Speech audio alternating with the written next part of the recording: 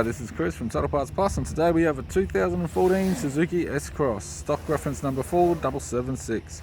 The shape runs from the 9th month 2013 and is the current shape. It has an M16A 1.6 litre 4-cylinder petrol engine backed by an automatic front-wheel drive transmission. M16A 1.6 litre 4-cylinder petrol engine. We have the left-hand guard, which appears to have no damage. Left front 16-inch factory alloy mag with a good tyre. Left power door mirror. Left front door appears to have no damage. Left rear door has one small dent. Left rear 16-inch factory alloy mag with a good tyre. Left hand tail light.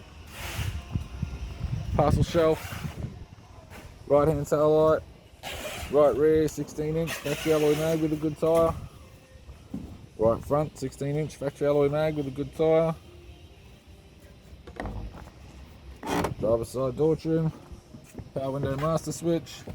This vehicle's fitted with black cloth interior. It's got a black leather center console lid, automatic type console, automatic gear shifter, heated controls, single stack CD player, left hand sun visor, right hand sun visor, instrument cluster, and a tidy 3-spoke vinyl steering wheel with cruise and audio buttons.